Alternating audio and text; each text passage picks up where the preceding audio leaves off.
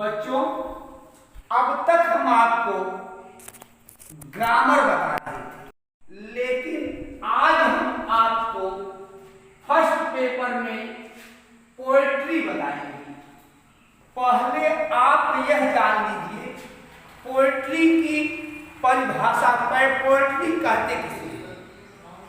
Poetry is nothing but musical thought, it is only heart mending thing. Poetry कुछ नहीं है, एक संगीतमय विचार है। यह तो हृदय को पिघला देने वाली वस्तु होती है। इसमें पहला चैप्टर आपका जो पहला पोएम है, यह कैरेक्टर आप है कि नहीं। अब पहले आप 8 लाइन अध्ययन करिए। इस 8 लाइन को हम पहले हिंदी में अर्थ देखिए, इसके बाद अंग्रेजी में एक्सप्लेनेशन हम करेंगे, जो आप अपने कॉपी पर करिएगा। न आने पर कमेंट बॉक्स में लिखकर भेजिएगा। देखिए, how happy is he born आज टाट।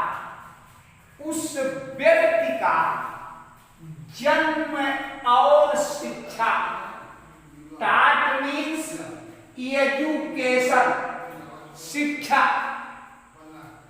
उस व्यक्ति का जन्म और शिक्षा कितनी प्रसन्नता की बात है।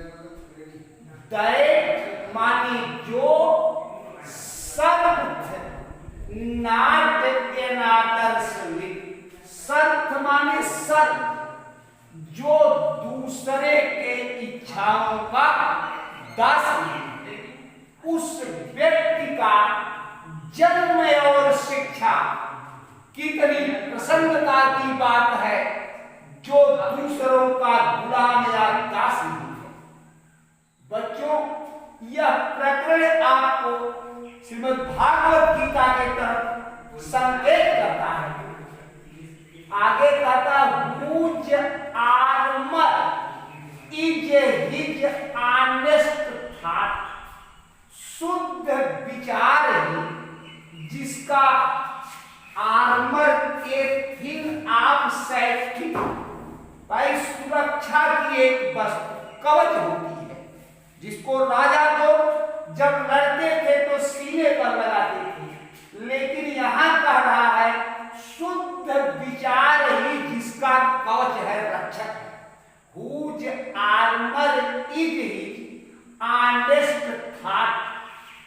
भाई शुद्ध विचार ही जिसका कवच दूसरा होता है, शुद्ध विचार दूसरा होता है, अर्थात शुद्ध विचार ही जिसका, भाई शुद्ध विचार ही जिसका कवच है। यह फिगर ऑफ स्पीच मेटाफर की तरफ संकेत कर रहा है। परिभाषा होती है comparison between two different kinds of things और पर्संस और in all amount but like I so is not used as an kind metaphor. भाई तुलना किया जाए दो वस्तुओं का, लेकिन इसमें लाइक एज सो न आया हो, तो यह मेटाफर होता है। यहां पर शुद्ध विचार ही कवच बना दिया, अतः शुद्ध विचार ही जिसका रक्षक है। एंड सिंपल ट्रुथ, सत्य बोलने में जो अपनी सबसे बड़ी निपुणता समझता है, उसका जन्म और शिक्षा प्रसन्नता से भरा हुआ है। शब्द आया है अटमोस्ट, सबसे अधिक, माने एक्सट्रीमली, जो सत्य बोलने में ही, simple truth his utmost skill, सत्य बोलने में ही जो अपनी निपुणता समझता हो। Whose passions not his masters art. जिसकी इच्छाएं उसका मालिक नहीं है, मालिक सदैव सजीव होता है और यहाँ इच्छाओं को ही मालिक बना रहा है। भाई sometimes lifeless things are treated as if they were human beings, called personification।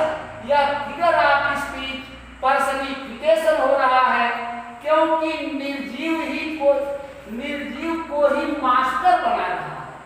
Whose passions, जिसकी इच्छाएं उसका मालिक नहीं, अर्थात जो इच्छाओं को कंट्रोल किए रहता है।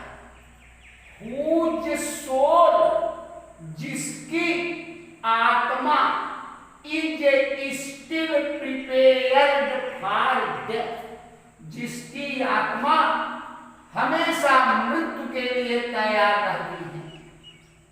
जो इच्छाओं को कंट्रोल करता है और जिसकी इच्छा भाई जिसकी आत्मा सदैव मरने के लिए तैयार रहती है।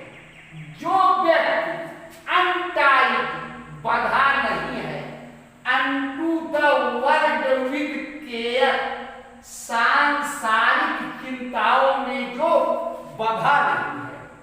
अनटाइड, टाइड माने बंधना, जो बंधा नहीं है। unto world with care, सांसारिक चिंताओं से जो बंधा नहीं है। आप प्रिंसली लव, जो राजा या राजकुमारों के कृपा पर निर्भर नहीं है। वल्गर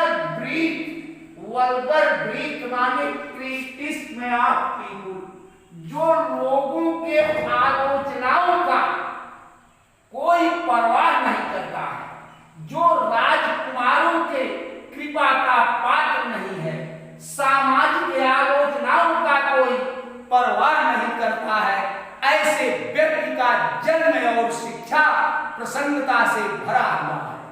इसके बाद हम आपको बताएं इसमें रिफरेंस कॉन्टेक्स्ट एक्सप्लेनेशन आपको करना होता है। अब पहले रिफरेंस लिखिएगा। These lines have been selected from the poem Character of a Happy Life, single comma शुरू, सिंगल कामा बंद, पहला अक्षर capital. Composed by sir Henry Wotton. फिर से सुनिएगा।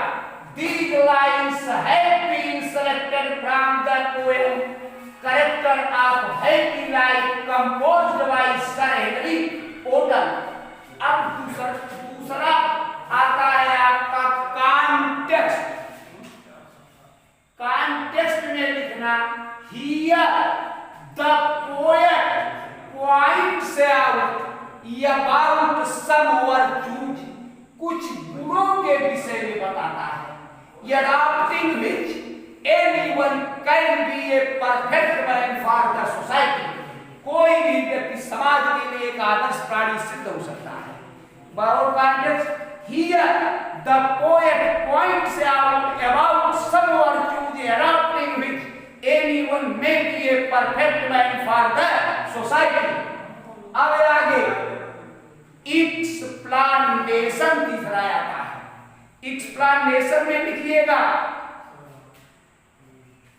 ए man's birth and education, a man's birth and education is full of happiness who is not servant of any other person, such a man is depend on honesty and truthfulness, he is as a person who always controls his desire, fears to God but does not fear to death, and he is sort of man who does not care a princely by the people, or he is free from the worldly care. Such a man passed of the life of pleasure and happiness. नीचे आप लिखिएगा note करके,